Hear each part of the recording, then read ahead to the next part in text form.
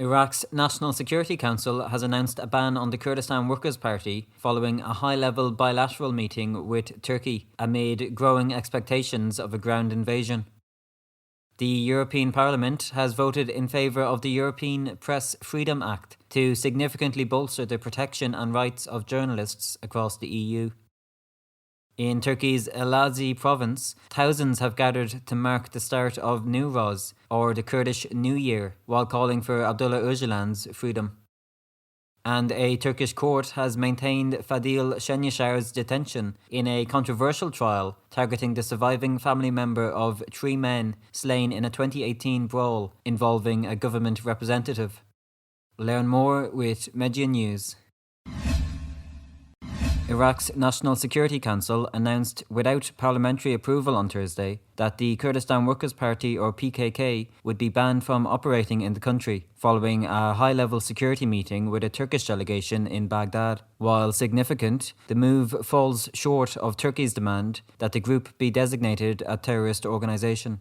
The high-level meeting between Ankara and Baghdad comes as Turkey prepares for a renewed military campaign in the Kurdistan region of Iraq and was attended by key officials from both Iraq and Turkey, notably Turkish Foreign Minister Hakan Fidan and Iraqi Deputy Prime Minister and Foreign Minister Fuad Hussein. In a joint statement issued by the foreign ministries of Ankara and Baghdad, both parties emphasised the PKK's status as a security threat to both nations. Turkey has long urged the Iraqi government to declare the PKK a terrorist organisation and to support its cross-border operations. The Iraqi government, on the other hand, has opposed Turkey's air and ground operations within Iraq's borders. Murat Karayalan, a member of the PKK's executive committee, warned that it was not in Iraq's interest for Iraq to support the new military operation being prepared by Turkish forces, saying that the Iraqi government would be legitimizing the occupation of the Turkish state.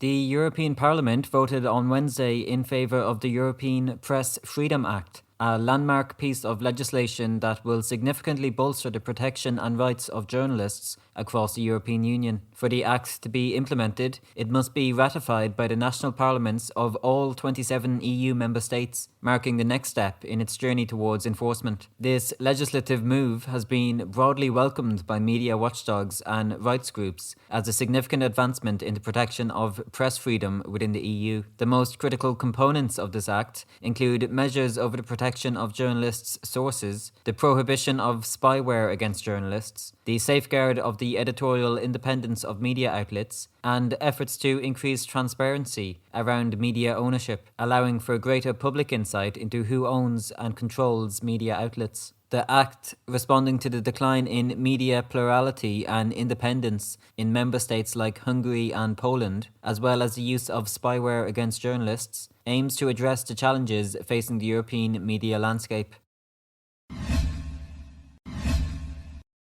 Kurds in Turkey's eastern province of Elazığ kickstarted the 2024 Newroz celebrations on Friday, paying tribute to iconic Kurdish figures Mazlum Doğan and Hayri Durmuş, and calling for the freedom of Abdullah Öcalan and the recognition of Kurdish rights. Mazlum Doğan and Hayri Durmuş are important figures of Kurdish resistance, embodying the fight for Kurdish rights. Doğan notably self-immolated on the 21st of March 1982 during the Newroz celebrations in Diyarbakir prison as a protest against dire conditions, making him a martyr for the Kurdish cause. Abdul Kadir Gül, from the region's Newroz organising committee, highlighted the significance of igniting the Newroz fire in Doğan and Durmuş's homeland. Hediye Ayik emphasised Newroz's role for Kurds, saying, "Newroz means living and freedom for us. This year, we want to shout these values louder." The celebrations are a stance against the conditions in Turkish jails, particularly for political prisoners currently on hunger strikes, intending to be their voice in the public squares. The 2024 edition of Newroz will be celebrated across Turkey at 57 central locations, with major gatherings in Istanbul and Diyarbakir on the 17th of March and the 21st of March, respectively.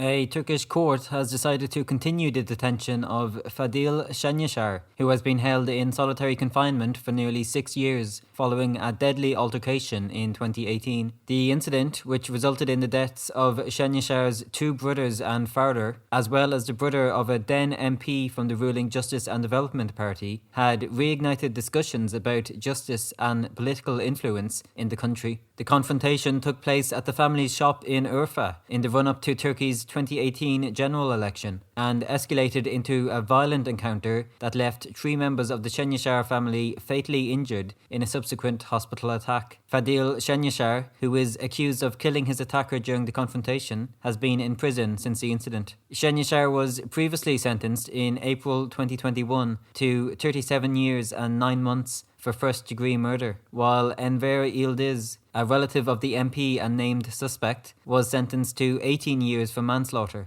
A renewed, merged legal process is currently underway. The family and their legal representatives have criticised the trial, pointing to discrepancies in the verdict and the handling of the case. Şenyaşar challenged the injustice of his prolonged detention and the failure to fully investigate the incident.